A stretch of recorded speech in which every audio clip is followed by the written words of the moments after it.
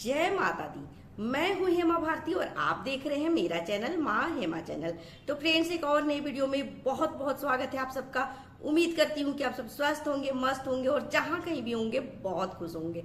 और हमेशा की तरह माता रानी की कृपा से मैं भी बहुत खुश हूँ। तो चलिए फ्रेंड्स, इस वीडियो में जानते हैं कि पाप और अपराध में क्या फर्क होता है।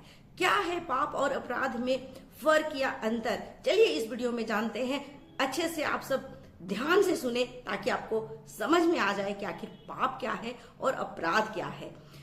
अगर आपको मेरा वीडियो अच्छा लगे तो लाइक शेयर कमेंट कर दीजिएगा। मेरे चैनल में नए हैं तो चैनल को सब्सक्राइब कर दीजिएगा, बेल आइकन प्रेस कर दीजिएगा ताकि मेरे वीडियो के नए नोटिफिकेशन सबसे पहले आप तक पहुंचे। आप भी मेरे जैसे ही माता रानी के भक्त हैं तो मेरे कमेंट बॉक्स में जय माता दी लिखना ना भूलें। और चलिए अब शुरू करते हैं कि आखिर पाप क्या है और अपराध क्या है, दोनों में क्या अंतर होता है। देखिए, हम अधिकतर यहाँ पर कंफ्यूज हो जाते हैं कि पाप और अपराध में क्या अंतर होता है। हम पाप और अपराध को एक ही कैटेगरी में डाल देते हैं, पाप को ही हम अपराध समझते हैं। लेकिन पाप और अपराध में बहुत बड़ा फर्क होता है, बहुत बड़ा फर्क। तो पाप वो होता है जो अनजाने में हो जाता है।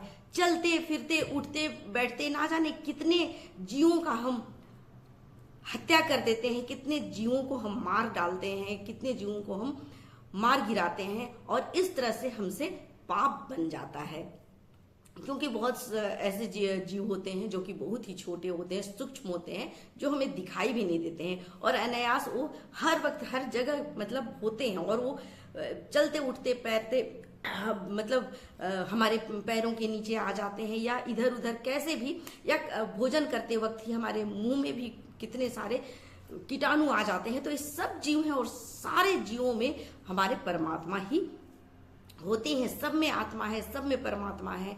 तो जब इनकी हत्या हो जाती है हमारे द्वारा जाने अनजाने में, तो ये कहलाता है पाप, जिसमें हम कोई भी गलती नहीं करते हैं, बिना गलती के, बिना जाने अनजाने, जिसकी हमें कोई जानकारी नहीं होती है, चलते फिरते हम जिसे हत्या कर देते हैं उसका हमें पाप लगता है।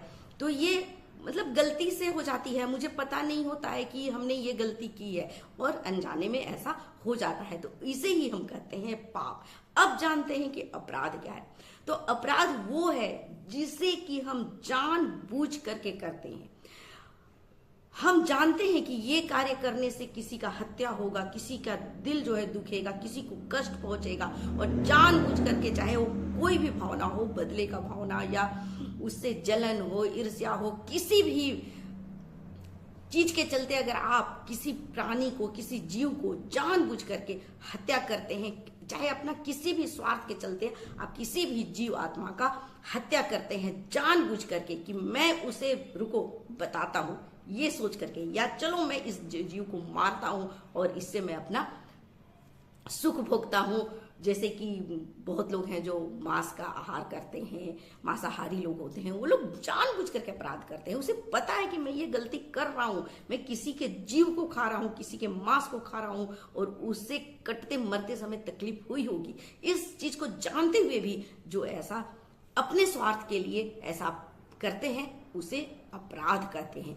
मतलब कि जो अनजाने में गलती हो जाती है उसे हम पाप कहते हैं, और जो जानबूझ करके सोच समझ करके हम किसी को तकलीफ देते हैं, गलती करते हैं, वो अपराध होता है। तो जो लोग अपने पाप का नाश करने के लिए, अपने पाप को मिटाने के लिए कोई भी कार्य करते हैं, धार्मिक कार्य करते हैं, चाहे वो गंगा स्नान हो, चाहे त्रिवेणी स्नान हो, चाहे कुंभ स्नान हो, चाहे किसी भी तरह का वो पाप धोने अगर जाते हैं ना, तो जो पाप किए हैं वो सिर्फ हटता है, मिटता है।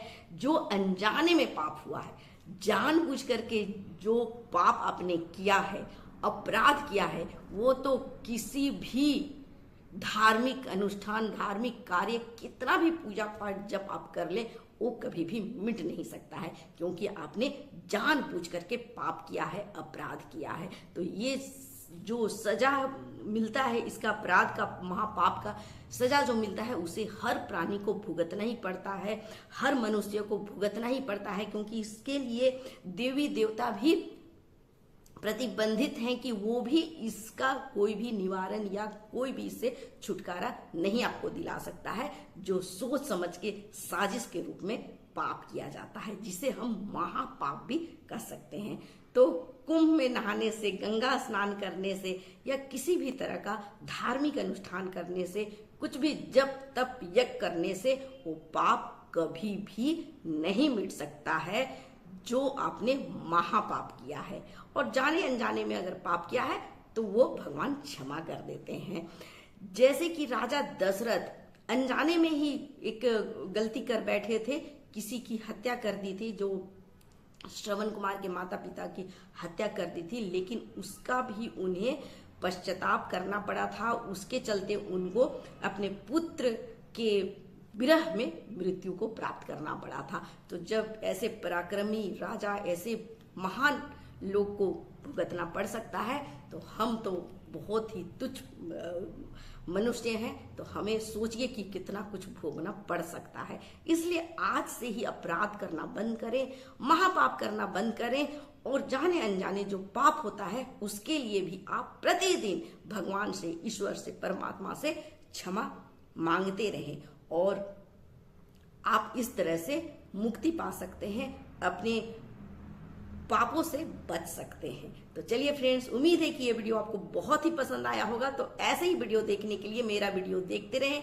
अगले वीडियो में नए विषय के साथ फिर मिलते हैं, तब तक के लिए मुझे आज्ञा दीजिए। जय माता दी।